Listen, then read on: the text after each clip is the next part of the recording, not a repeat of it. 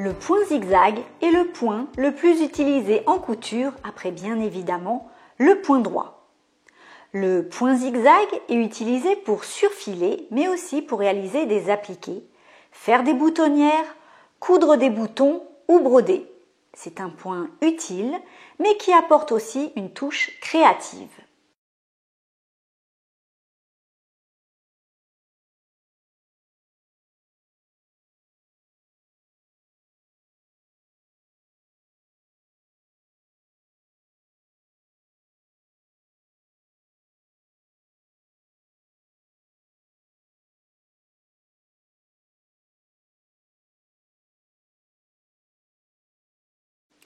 Pour régler votre machine sur le point zigzag, je vous conseille de vous référer au manuel d'utilisation de votre machine à coudre.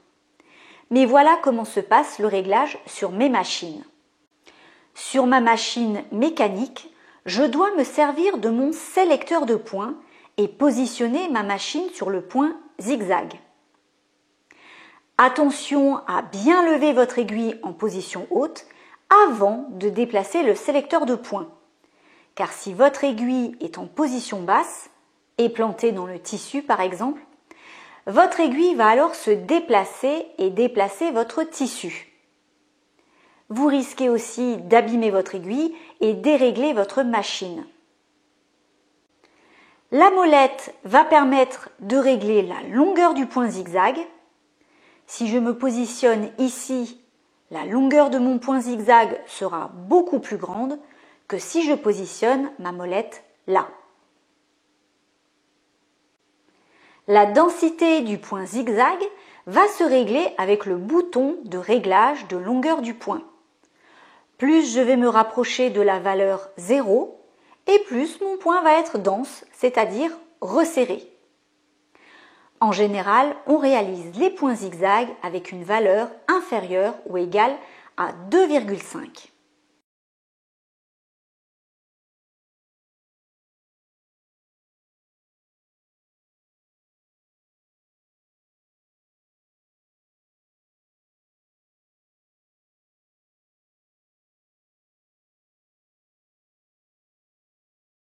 Les points zigzag rapprochés sont appelés points bourdons.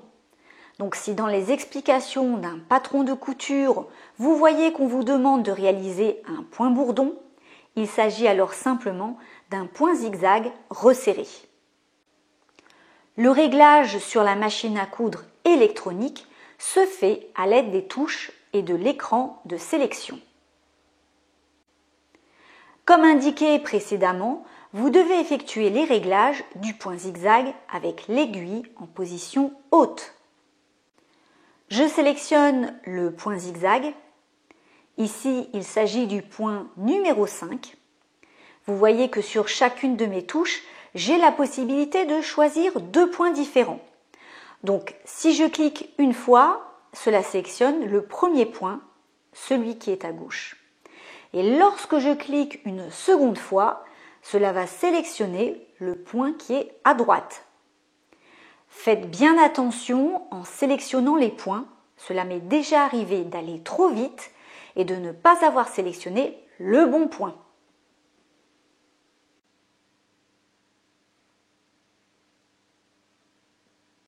Donc ici, sur mon point numéro 5, j'ai 2 zigzags différents.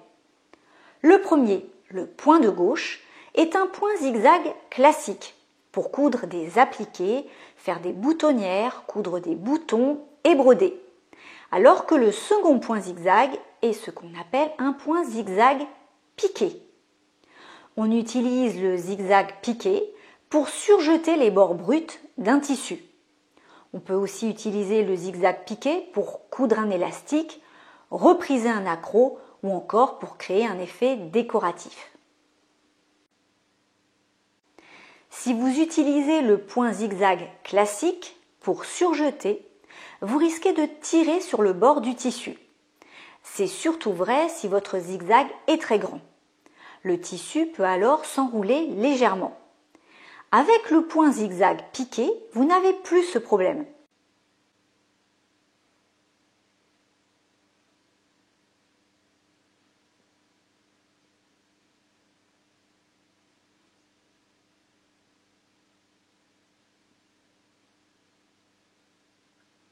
car le zigzag piqué est composé de 3 points ici et 3 points là. Contrairement au zigzag classique qui va coudre le fil d'un point à l'autre du zigzag, avec le point zigzag piqué, le tissu n'est donc pas tiré. Si votre machine n'a pas de zigzag piqué, pas de panique.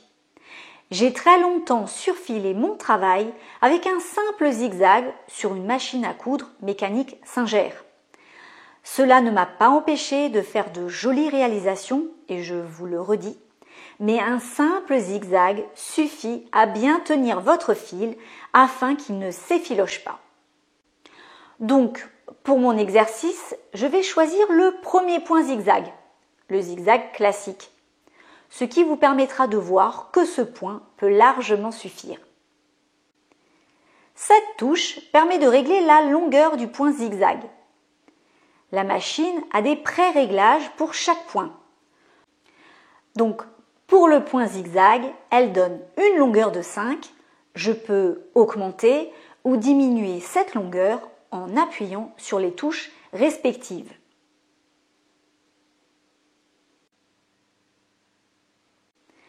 Cette touche-là va me servir à régler la densité de mon point zigzag. Le pré-réglage est de 2, que je peux également modifier en augmentant ou en diminuant.